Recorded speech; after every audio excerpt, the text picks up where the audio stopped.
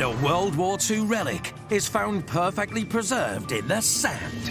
It seems that it endured a pretty rough but successful landing. But if the plane crash landed, did the pilot survive? There are only 5 oases. Water is incredibly scarce, so whoever gets lost here is in serious trouble. The propeller had been torn off and lay behind the aircraft. And on the other side of the plane, they discovered pieces of tire and scraps of metal. Relatively speaking, the plane is in very good shape.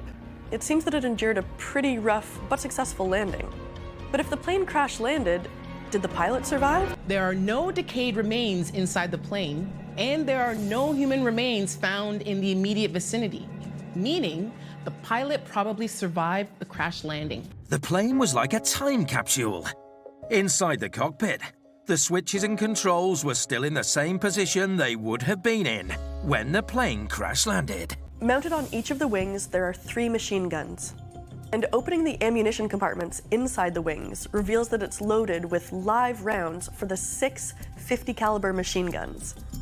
The gun loading instruction panel is written in English. So, considering the apparent age of the plane, as well as the fact that these guns were primed for combat, it's safe to say that this plane flew for the Allies during the Second World War.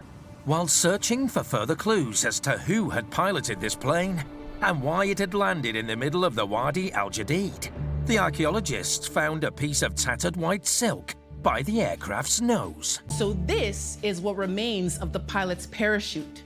He must have used it to protect himself from the sun. Next, the archaeologists found an identification plate with the plane's serial number 1035.